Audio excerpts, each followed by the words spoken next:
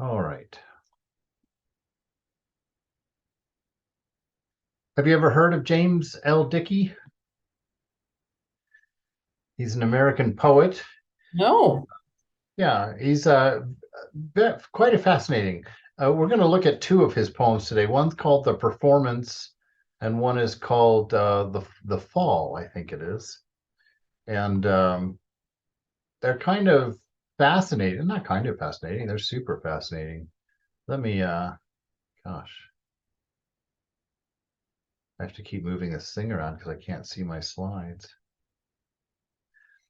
So, born in 1923, Atlanta, Georgia. And I liked what he said, or what he had to say about himself. I had begun to suspect, however, that there is a poet, or a kind of poet, buried in every human being, like Ariel in his tree, and that the people whom we are pleased to call poets are only those who have felt the need and contrived the means to release this spirit from its prison. So this idea that there's this creative aspect, this creative energy within us, and we have to contrive the means to have it break out, to find its freedom. And I love that notion of looking for that poet in everyone. I can't help but think that that's the creative divine spirit, the expression. And I like to attribute that to exactly what our Buddhist monk Suzuki talks about, where everything need to get into a life where everything is an expression of your divine self. That life is an expression of beauty, an expression of wisdom, an expression of isness. And so when I ran across this in an interview with James Dickey, I thought that that's quite beautiful to have that belief that within each of us is this beautiful gem for us to contrive with a means to release the spirit. Do you know the story of Ariel in The Tempest? He was a kind of a magical forest creature who was imprisoned by a wicked witch, and he gets freed by Prospero, but Hmm. Prospero won't let him be free until he's served him, a couple, done a few tasks for him. But in the end, he has his freedom. So it's just that notion of having that creative spirit locked within, and that we have to set him free. So he says the critic, I guess, wrote about him. The strength of this body of poetry lies in its feeling for the generative power at the core of existence. So this idea of the Shakti, that generative power, the power of the divine. So you have the absolute, the unchanging behind everything, and then you have equally and inseparable from that the inexplicable power of the divine, that Shakti. So this feeling, this generative power of the core of existence. A first-rate Dickey poem breathes the energy of the world, that is that Shakti actually, and testifies to the poet's capacity for rising out of, and here's my favorite, for rising out of habitual, half-lived life. To wake up, to have that realization, to see the depth and the beauty and the wonder of everything around. And this first poem is, oh my God, it has such a deep feeling for me. It's a horrible. Both of these poems, I warn you, are horrible in their direct form. The story of them is both for both of them is horrifying. This one here, it's called The Performance, 1945, and it reads, and the enemy's two-handed sword did not fall from anyone's hands at that miraculous sight, as the head rolled over upon its wide-eyed face and fell into the inadequate grave he had dug for himself under pressure. Yet I put my flat hand to my eyebrows months later to see him again in the sun when I learned how he died, and imagined him there, come, judged before his small captors, doing all his lean tricks to amaze them, the back somersault, the kip up, and at last the stand on his hands, perfect with his feet together, his head down, evenly breathing as the sun poured from the sea.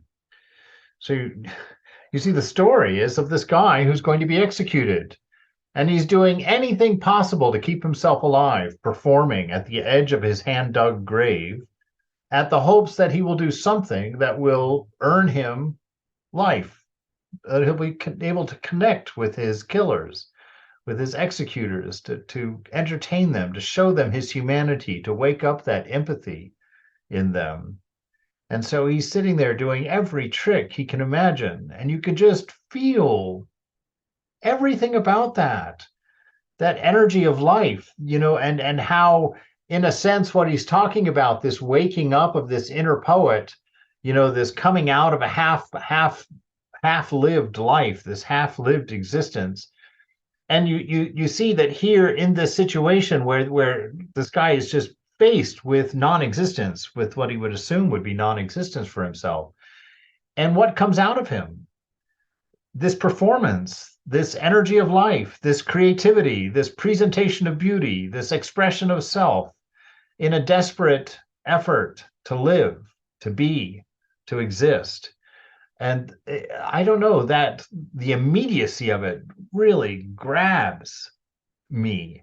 And the desperation of that situation, and really the measure of life that it betrays, this idea that really this is how we should live, not out of fear, but this incredible performance of something worthy of life, this incredible living of a life that's worth being alive for, that's awakened, that is, profound and necessary, beautiful at its essence, this being.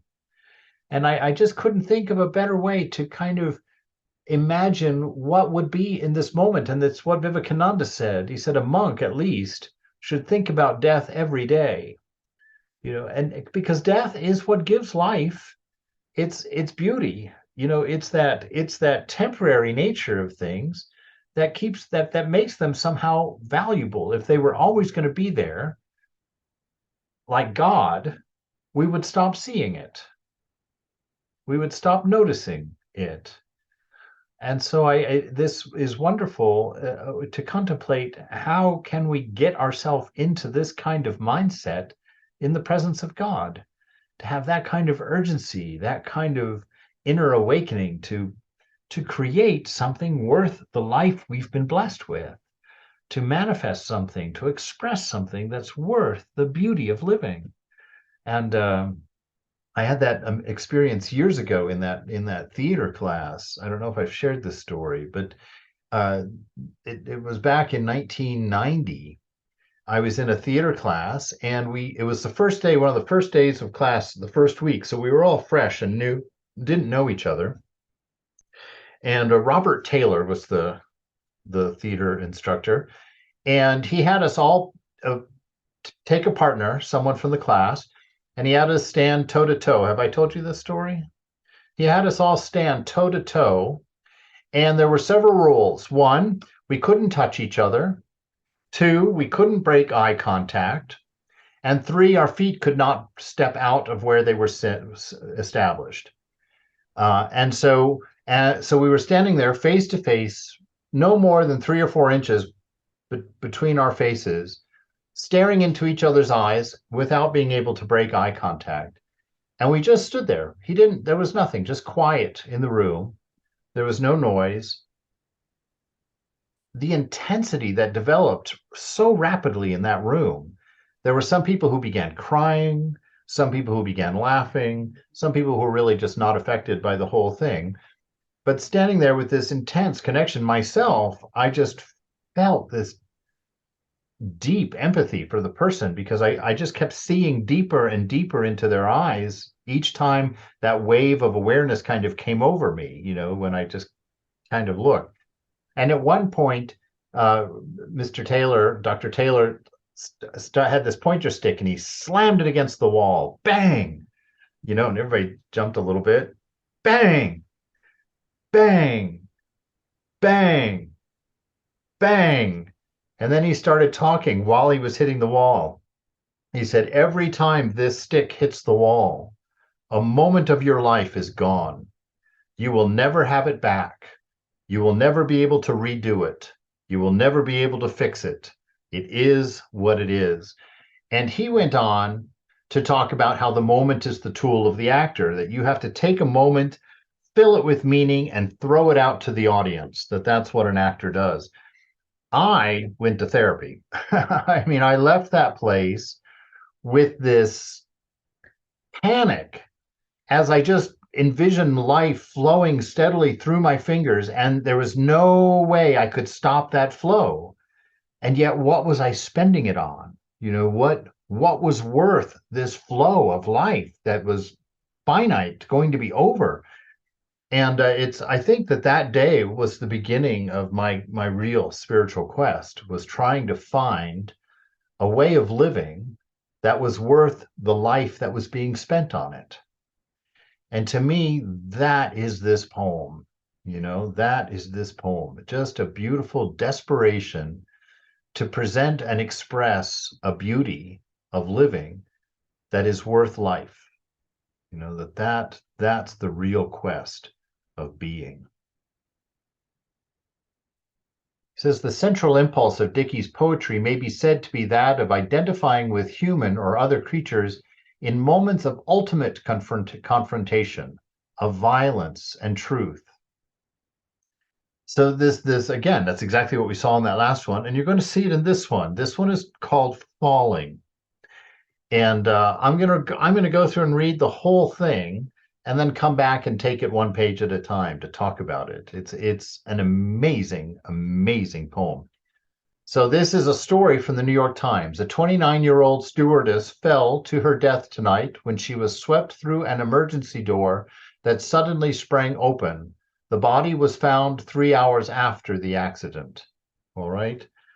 So this woman is sucked out of an emergency door in a plane in flight, 30,000 feet, way up there.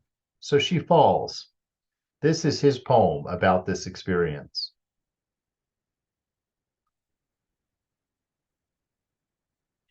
The states, when they black out and lie there rolling, when they turn to something transcontinental, move by, drawing moonlight out of the great one-sided stone hung off the starboard wingtip, some sleeper next to an engine is groaning for coffee, and there is faintly coming in somewhere the vast beast whistle of space. In the galley with its racks of trays, she rummages for a blanket and moves in her slim, tailored uniform to pin it over the cry at the top of the door, as though she blew the door down with a silent blast from her lungs. Frozen, she is black out finding herself, with the plane nowhere, and her body taken by the throat, the undying cry of the void, falling, living, beginning to be something that no one has ever been and lived through, screaming, without enough air, still neat, lipsticked, stockinged, girdled by regulation, her hat still on her arms and legs in no world, and yet spaced also strangely with utter placid rightness on thin air, taking her time. She holds it in many places, and now, still thousands of feet from her death, she seems to slow. She develops interest. She turns in her maneuverable body, coming down from a marvelous leap with the delaying, dumbfounding ease of a dream of being drawn, like endless moonlight to the harvest soil of a central state of one's country, with a great gradual warmth coming over her, floating, finding more and more breath in what she has been using for breath as the levels become more human, seeing clouds placed honestly below her left and right, riding slowly toward them. She clasps it all to her and can hang her hands and feet in it in peculiar ways. And her eyes, opened wide by wind, can open her mouth as wide, wider, and suck all the heat from the cornfields, can go down on her back with a feeling of stupendous pillows stacked under her, and turn as to someone in bed, smile, understood in darkness, can go away, slant, slide off, tumbling into the emblem of a bird with its wings half spread, or whirl madly on herself in endless gymnastics in the growing warmth of wheat fields rising toward the harvest moon.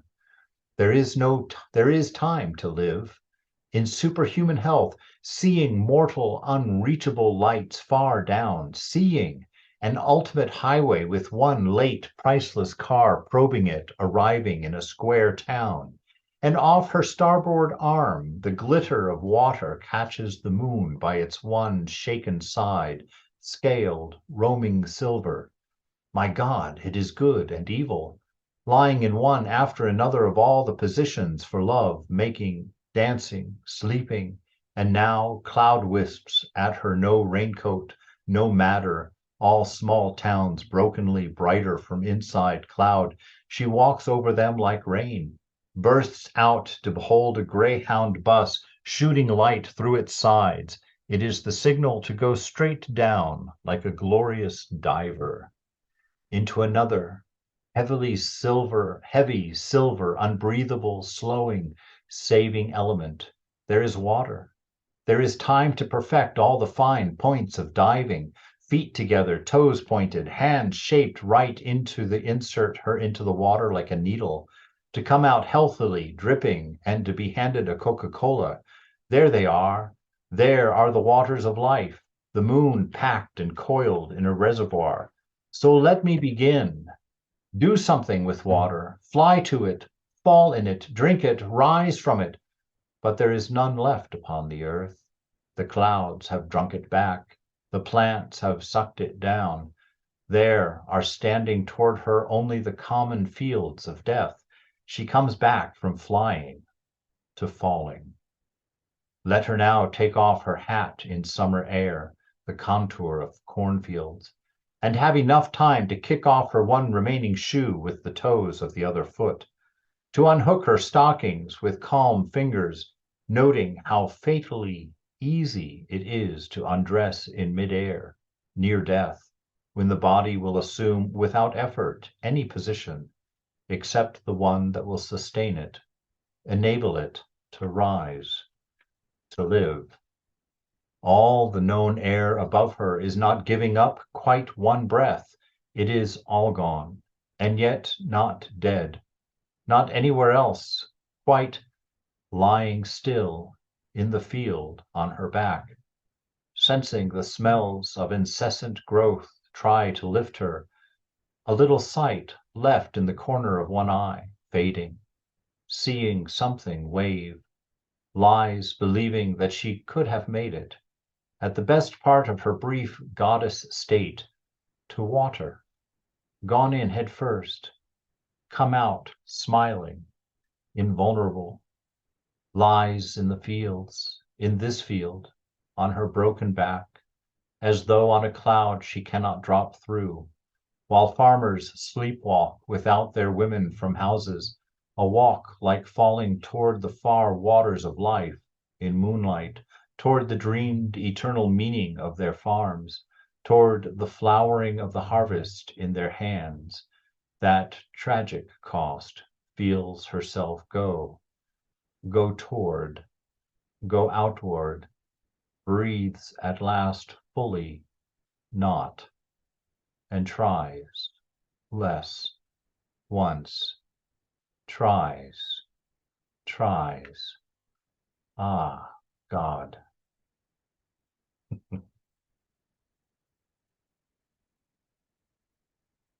Just, Woo!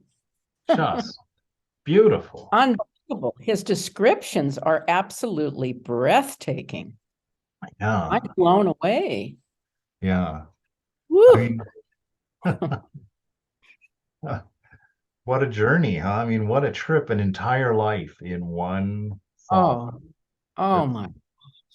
beginning Yes. to end. Just to see it, that she's just in this mundane job, you know, somebody wanting coffee, someone needing a blanket, And she hears this horrible whistle above the door, so she goes and finds a blanket to try and tuck the blanket in the door to stop the whistling. And the door flies open, but before she even knows what happens, this this thing to try and pin it over the cry at the top of the door, as though she blew the door down with a silent blast from her lungs. Frozen, she is black out, finding herself with the plain nowhere. just like that, just that transition from mundane, safe, job, identity, age, gender, everything as it should be, knowing what's next, knowing how to work, and then boom, the plane, nowhere, security, gone, identity, gone, the normalcy of life, gone, the duties, gone, everything. Finding herself with the plane nowhere, her body taken by the throat, the undying cry of the void. Just that immediacy. What can be thought? What could be done? Falling, living, beginning to be something that no one has ever been. An experience. I mean, she's got 30,000 feet. She's got plenty of time to think and to be and to consider, my God. Screaming without enough air, still neat, lipsticked, stockinged, girdled by regulation, her hat still on her arms and legs in no world, and yet spaced also strangely with the utter placid rightness on thin air. Completely prepared for something you cannot be prepared for. Lipstick, stocking, together, neatly presented, face to face with death. And of what value? What value? Everything. All the training, all the lipstick, all of the beauty, all of the poise, all of the training, all of the work. To what? At this moment, arms and legs in no world. Utter placid rightness on the air, taking her time, she holds it in many places, and now, still thousands of feet from her death, she seems to slow. She develops interest. She turns in her maneuverable body. Coming down from a marvelous leap with the delaying, dumbfounding ease of a dream of being drawn like endless moonlight to the harvest soil of a central state of one's country. Such a when you remove the immediacy of death, when you remove the danger, you've got the beauty. It's still there. Everything is as it always is. But something is radically different for you at the moment you have come face to face with the end of life, with dying. That one inexplicable mystery that makes everything intensely profound, intensely present. It's like a dream being drawn like endless moonlight to the harvest soil. To think how interesting that is, that sure enough, this light makes that same journey. So many things make this same journey without death being at the end of it. And yet here she is, finding more and more breath in what she has been using for breath. As the levels become more human, things are starting to resolve. She's getting closer to the ground. Seeing clouds placed honestly below her, left and right, riding slowly toward them. Not so slowly, but the distances are so great. It's that slowness of approach. She clasps it all to her, the meaningfulness of experience, the meaningful of feeling, of knowing that all of this is going to end in moments, and how rich even every sensation would be for you, how priceless every experience, every thought, every sensation would be, and how suddenly all of these moments that we've experienced in our half-lived life become wasted. How could I? How could we? How could that? How did I not appreciate getting up in the morning? How did I not appreciate the feeling of eating my bowl of cereal and the tastes and the flavors. And how did I not appreciate the people in the room with me who I could touch and talk to and be with? All of these things. Below her left and right, riding slowly toward them, she clasps it all to her. Clutch. I want it back. I want it. I want to keep it. Can hang her hands and feet in it in peculiar ways, so that even the exploration, the the newness of the situation, it doesn't stop. Even moments before its end, it doesn't stop. Her eyes, opened wide by wind, can open her mouth as wide, wider, and suck all the heat from the cornfields, can go down on her back with a feeling of stupendous pillows stacked under her, and can turn as to someone in bed, smile, understood in darkness, can go away, slant, slide off tumbling into the emblem of a bird. Not a bird, but the emblem of a bird. None of the ability of the bird, just the position of a bird. Understood in darkness, can go away, slant, slide off tumbling into the emblem of a bird with its wings half spread, or whirl madly on herself in endless gymnastics in the growing warmth of wheat fields rising toward the harvest moon.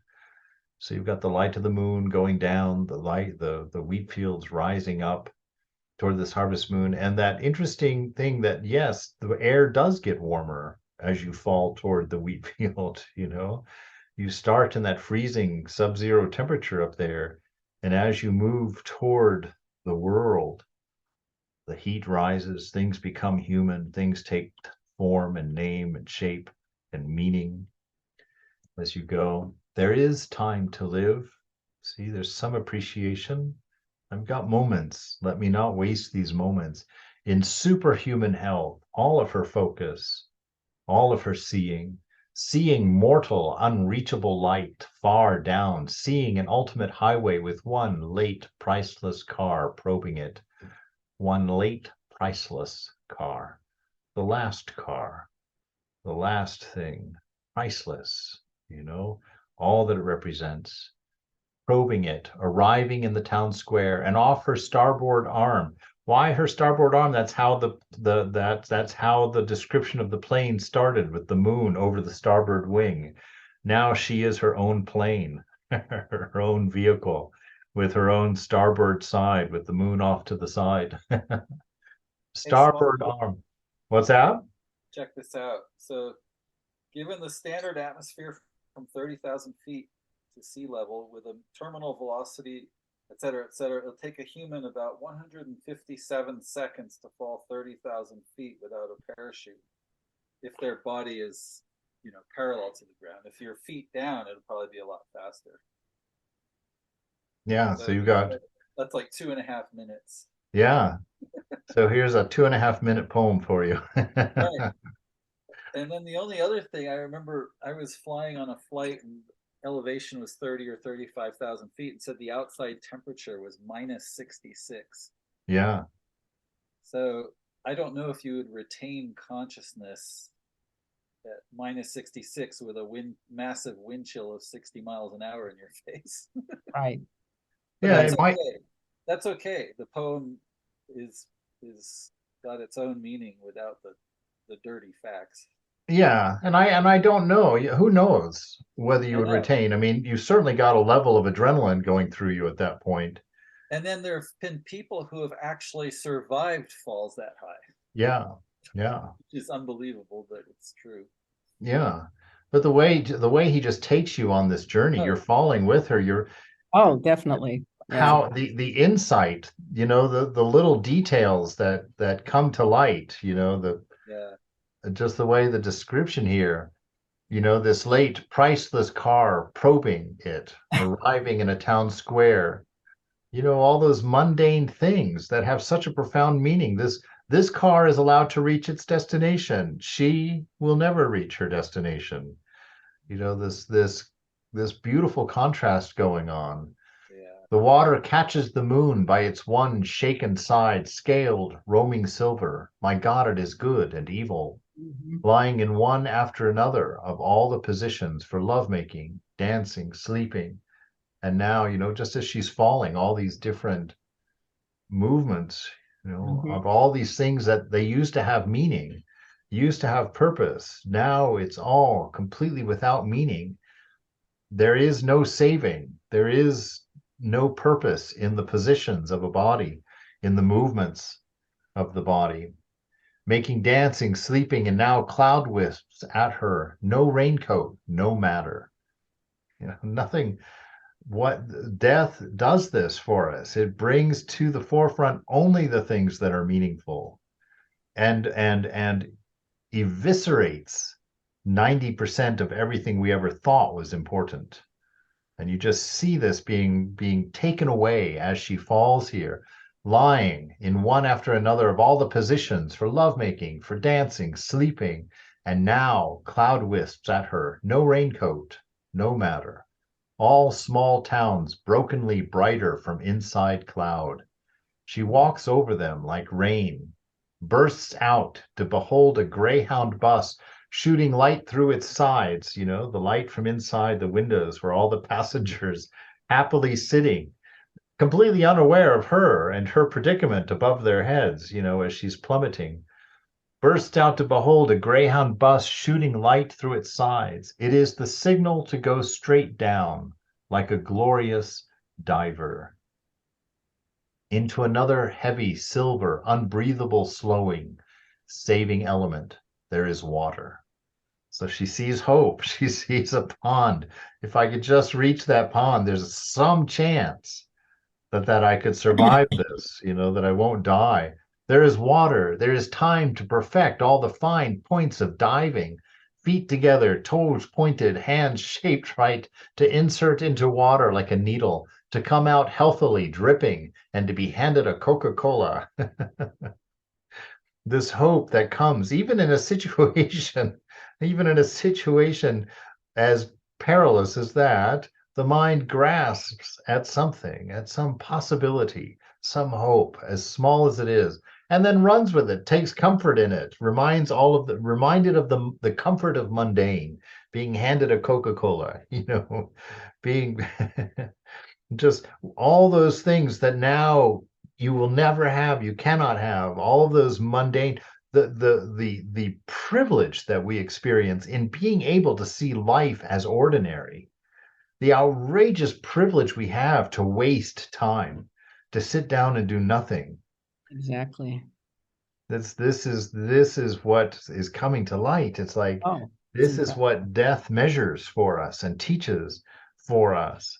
And this awareness of the preciousness of this experience, the beauty of this experience, even in the horror of this experience, there's time to see the harvest moonlight rushing towards the fields and the warmth of the harvest coming up, all of these things. To be handed a Coca-Cola, there they are. There are the waters of life, the moon packed and coiled in a reservoir. Right? So she sees the reflection of the moon in the water. So let me begin. Do something with water. Fly to it. Fall in it. Drink it. Rise from it. But there is none left upon the earth. The clouds have drunk it back. The plants have sucked it down. There are standing toward her only the common fields of death. She comes back from flying to falling. This is the ego, because we are all falling, right? We're falling toward death, all of us falling through life. Toward death, the only sense that makes us fly is when we have a sense of purpose. The only thing that turns falling into flying is ego. When we think there's something to do, when we think there's something to accomplish, when we think there's something to be or become, when we find anything having to do with the body-mind as important, that turns our falling into flying. But when you come at this moment, when you face that final moment like this, your flying turns back to falling. You begin to realize the ego could not save you, could not give you purpose, could not drag you on. Let her now take off her hat in summer air, the contour of cornfields, and have enough time to kick off her one remaining shoe with toes of the other foot, to unhook her stockings with calm fingers, noting how fatally easy it is to undress in midair near death, when the body will assume without effort any position, except the one that will sustain it, enable it to rise and live. So what's she doing? I thought at first when I saw this, I thought, why is the poet having her strip in midair? What, is this some gratuitous sex scene? What's happening? But you remember what she's wearing: her stewardess outfit, her job, her identity, her sense of self, the culmination of her life experience up to this point. And what's happening? She's taking it off. She's being freed. No more identity. No more of this, this contortion of life, this this smallness of being, this definition that defined me as this unimportant cog in a corporate wheel doing my duties. Gone, removed, taken off. The hat comes off in the summer air. Just a brilliant idea that first. It's gone. And then reaching, kicking the other shoe off. Why do I need a shoe? Why do I need any shoes? And then the stockings, the confinement, the things of beauty, the things of attractiveness, gone with calm fingers. Look at that. So there's this, time has slowed for her. She's accepting, she's letting go of this identity of herself as she has always been, with calm fingers, noting how fatally easy it is to undress in midair, near death, when the body will assume without effort any position except the one that will sustain it, enable it to rise and live. All the known air above her is not giving up quite one breath. It is all gone, and yet not dead, not anywhere else, quite lying still in the field on her back. So she's hit the ground, and she's still conscious, barely, just barely. She can't breathe. All of the air in the world above her, there's not enough for a breath for her. All the world around you, and it's your last breathing. Nothing to be done. The breath, it is all gone, and yet not dead. Not anywhere else quite. Lying still in the field on her back, sensing the smells of incessant growth, try to lift her. She's a little bit of awareness. She can't smell, but she can sense the smell, so she's not alive enough to actually engage. Right, She can sense life, sensing the smells of incessant growth, try to lift her. A little sight left in the corner of one eye, just barely seeing, fading, seeing something wave, lies believing that she could have made it, at the best part of her brief goddess state, to water, gone in head first, come out smiling, invulnerable, lies in the fields, in this field, on her broken back, as though on a cloud she cannot drop through, while farmers sleepwalk without their women from houses, a walk like falling toward the far waters of life in moonlight, toward the dreamed eternal meaning of their farms. So you see, he's drawing this journey, he's drawing it to the farmers. They don't fall out of their plane, but they fall out of their farmhouses. And they make the same journey of life in moonlight toward the dreamed eternal meaning of their farms. The dream that she has just given up by throwing off her uniform, the identity, the safety, the normalcy, the mundane of living. He's now letting her see this is not unique.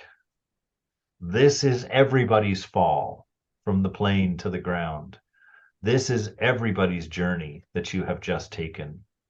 And so he's drawing it for the farmer here, that they walk like falling toward the far waters of life in moonlight, toward the dreamed eternal meaning of their farms, toward the flowering of the harvest in their hands.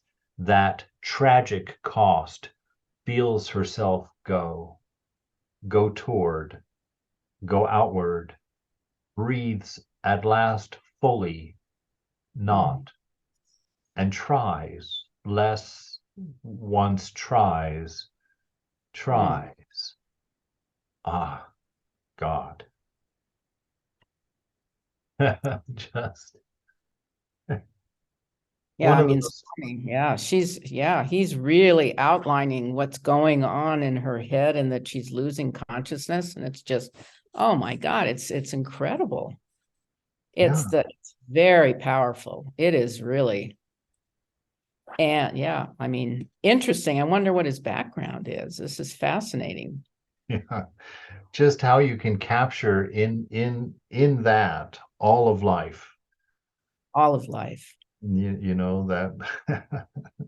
And what a beautiful awakening, and the way that she passes, it is peaceful. It is, yes, there's still that last Yeah. gasp for one more breath, and again, that's the encapsulation of all desire right there also. Just one more, just one more. And that one more is any and everything. It's the last statement of this world. One more. There was never enough here for you. There was never an answer here for you. You lived in a dreamed eternal meaning of your farm, that, Yeah. that it was all pretense. And when faced with the absolute, faced with the finite nature of everything, you're just left asking for one more. And that is all that life sums to, if it is a body and if it is a mind. That But is she was summing. asking for God, Swamiji. Yes, well, that last, they're accepting God, Accepting, right. accepting God. So that's really, yeah, Yeah, right. that Ah, blessed once tries. You see, she's good. She dies trying, yeah. right? But at last, even that is surrendered. And to me, that is the essence of realization. You die. You try and you try and you try to transcend, to grow, to renounce, to understand, to see, to surrender. And in that trying, trying, ah, God, you know, it's surrender that brings you there. It's surrender that brings you to the divine. The trying and trying and trying, ultimately, there is no trying. There's nothing to be done, you know. So this phenomenal, just phenomenal experience there.